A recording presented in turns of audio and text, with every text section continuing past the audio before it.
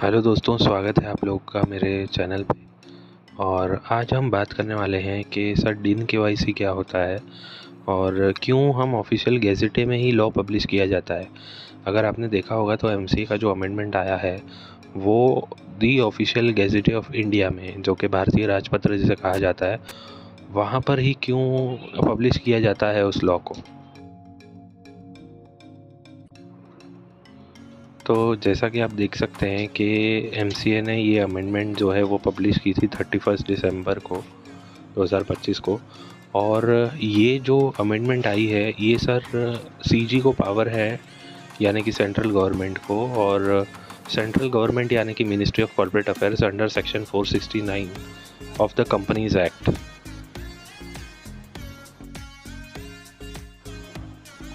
इसके ऊपर में ना एक लीगल मैगजीम है जिसके बारे में मैं बात करूँगा आगे आगे वीडियो में।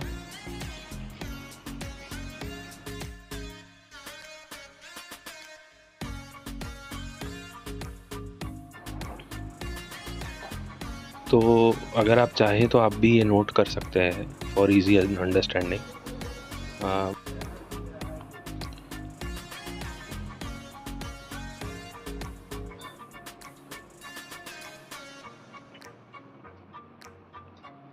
सो बेसिकली कोई भी एमसीए का नोटिफिकेशन है या कोई भी इंडिया में अगर लॉ पास होता है तो सर वो ऑफिशियल गैजेट ऑफ इंडिया में पब्लिश किया जाता है।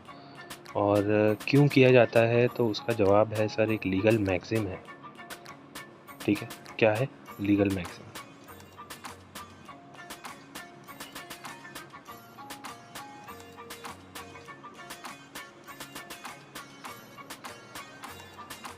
और वो लीगल मैगजीम है इग्नोरेशिया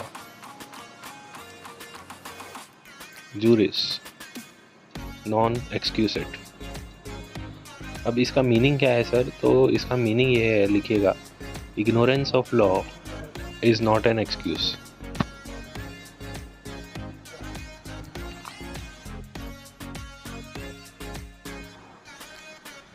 तो यहाँ पर हम देखते हैं सर कि ये कब से इफ़ेक्ट में आने वाले हैं। तो यहाँ पर डेट ऑफ इफेक्टिवनेस भी लिखा रहता है। यहाँ पर अगर आप देखेंगे तो लिखा है कि these rules shall come into force on 31st day of March 2026। तो ये जो भी डायरेक्टर केवाईसी के रिगार्डिंग जो अमेंडमेंट्स आई हैं सर, ये कब से एनफोर्स होने वाली हैं? 31 मार्च 2026 से।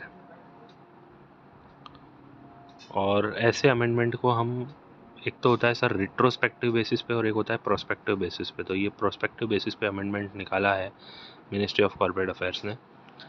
और यहाँ पर और भी चीज़ें आप जाके देख सकते हैं एमसी की वेबसाइट से।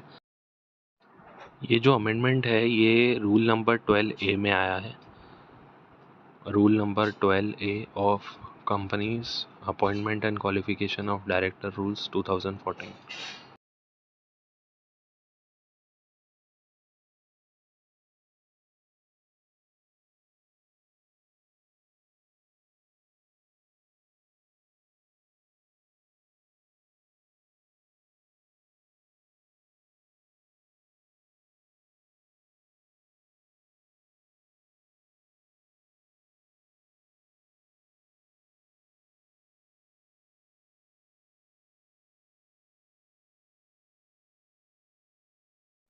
इस अमेंडमेंट के पहले सर क्या होता था कि अगर मान लो कोई इंडिविजुअल है जिसके पास में डायरेक्टर आइडेंटिफिकेशन नंबर है एज ऑन 31 मार्च, तो उसको सर 6 मंथ्स के अंडर में DIR3 KYC वेब फॉर्म जो है फाइल करना था।